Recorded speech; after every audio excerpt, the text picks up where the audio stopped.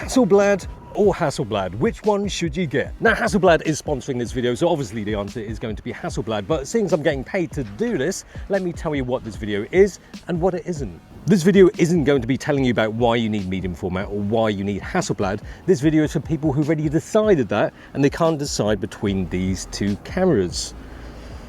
So let's go. No table here and certainly no comparison tables in this video. I previously compared the older X2D with the 907X 100C and I had a quick look at how the 907X compares with the X2D2 in the X2D2 video. In this video I'm going to look at things like how much of a difference does the AF and the IBIS make and which camera you should ultimately go for, and some very subtle gloating from an Arsenal fan.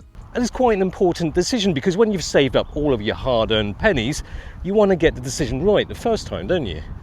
And what makes it harder to decide is that both cameras are priced exactly the same and they have the same 100 megapixel sensor. So essentially you should get pretty much the same image quality from both cameras. Yes, these two cams are same in the IQ department, but oh so different in others. And as much as we like to say a camera is just a tool, it is totally fine to pick a tool that looks really rather nice.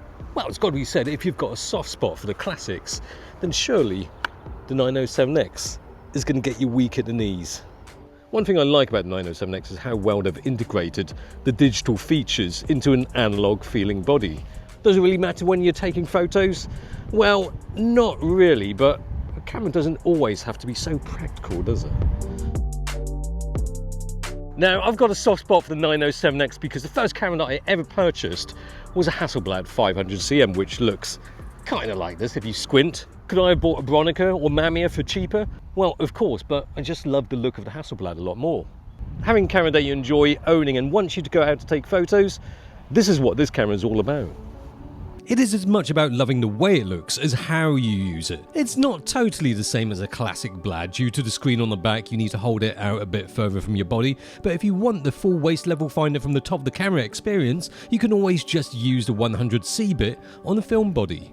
You have to be into the design of it, not just superficially, but you have to be into the way it was designed to be used too. Now, a bit of expectation and reality. My expectation before I got this was that I was going to get another 500cm body to enjoy using it just like the good old days. The reality is that I'm enjoying the good new days too much. I do like the idea of using a through the lens finder, but with the crop factor and the convenience and compactness of the 907X setup, I find myself not really yearning for the film body so much. But if you're not going to use it with a film body, you have to question whether you really need a modular camera designed for this purpose.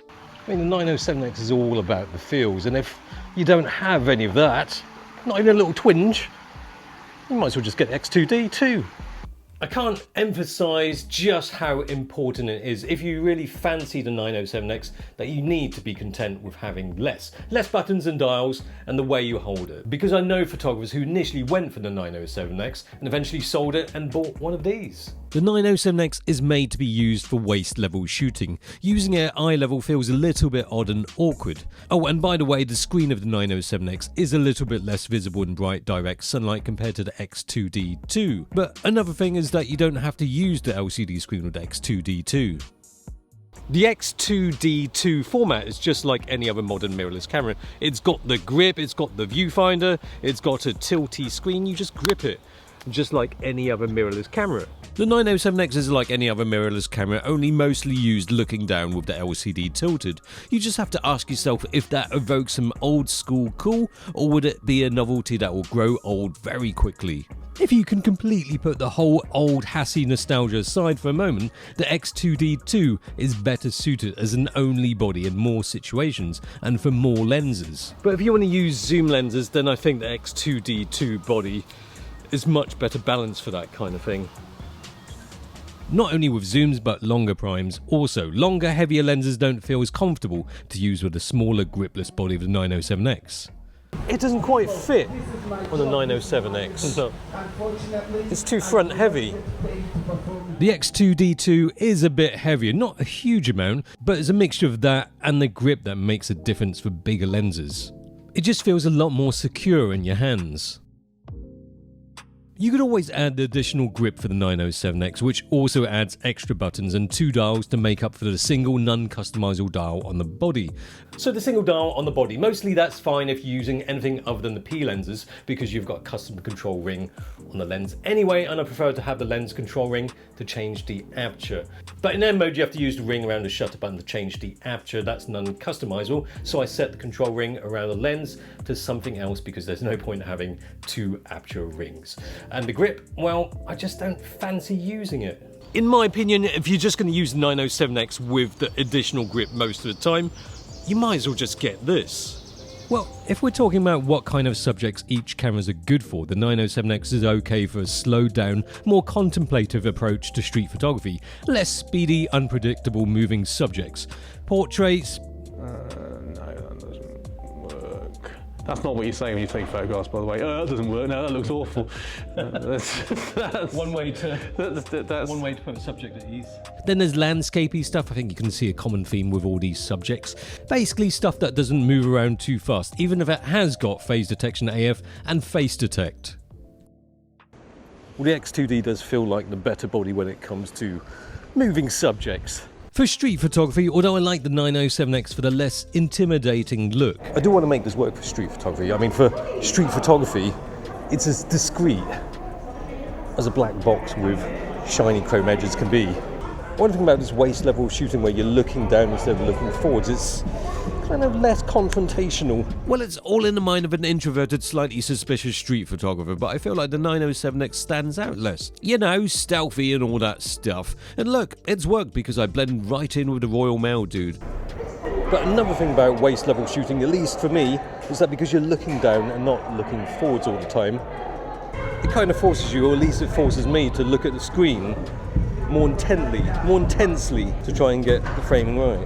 It does feel like when I'm using the 907X it takes a little bit more effort to get that shot. But if we're talking about speed of getting that shot, the X2D2 certainly has the better AF. It's faster than the 907X, of course it's not going to be for sports. Yes, I did use it for skateboarding last time, and even though it does have AFC, which the 907X doesn't have, I wouldn't say that the X2D is going to be good for tracking fast moving unpredictable subjects.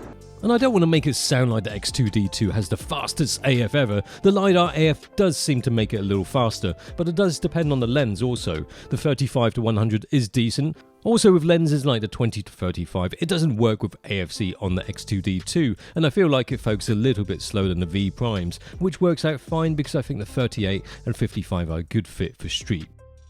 The X2D2 has more subject detection, vehicles, cats, dogs, than the 907-100C, and the speed feels just about sufficient to use it for street photography, although I must add that if you go from the 907X to the X2D2, the increase in focus speed isn't exactly vastly superior. I find that where LiDAR really makes a difference is that AF is more reliable in more conditions, such as when the subject is poorly lit. Does that make it worse than the X2D2 when we're talking about focus speed? Well, no, not really. It's just different. And obviously when you're looking at a camera like this, you shouldn't expect it to be modern and fast. And I guess I embrace that when I use it because I keep the AF point slap bang in the middle, focus and then recompose. With my left hand supporting the lens, I don't really fancy taking that away to use the touchscreen to move the focus point. You can totally use this as a street photography camera. You just kind of have to adjust your expectations. I mean, if you're coming from full frame mirrorless, you can't expect to have the same focusing speed as that. Also, if you're really into the idea of the retro feeling of the 907X, using manual focus with a focus indicator focus aid is really quick and easy. And with those V primes too, I feel like they're really lovely to manual focus on the 907X, especially given the manual focus aid makes it fairly easy and quick to focus. And manual focus on the 907X just seems to match the style. Whereas the 907X is about the process, taking photos in a way that is more akin to the camera that it stylistically represents.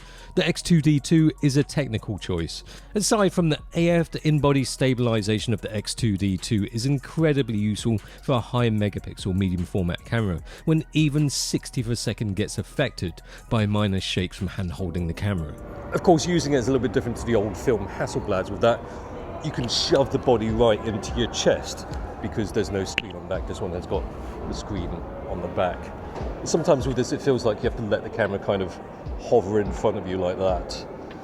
which, I mean, if you're talking about the stabilisation or lack of stabilisation with this, could be problematic when you're using slower shutter speeds, especially like in here. But for me, the way to make it a little bit more stable is to use, well, a strap and just pull down on it. Use your neck because, you know, it's kind of solid, and then have the LCD resting on your belly or your chest. Some might consider using the 907X mostly on a tripod, in which case the stabilisation isn't an issue, but with such a relatively smaller, lighter, medium format body like this, it's made to be used handheld, and in which case you just have to accept that you can't go too low with the shutter speed. The X2D2 also has HDR, which is cool, but I think it really is the AF, the stabilisation and the ergonomics of the body that makes the difference with the X2D2. If you can look at those three things and seriously say, nah, I don't need them, I want a similar feeling to using an old school Hasselblad, then I think you'd be happy with using the 907X 100C. Less is more with the 907X, and with the X2D2, more is more.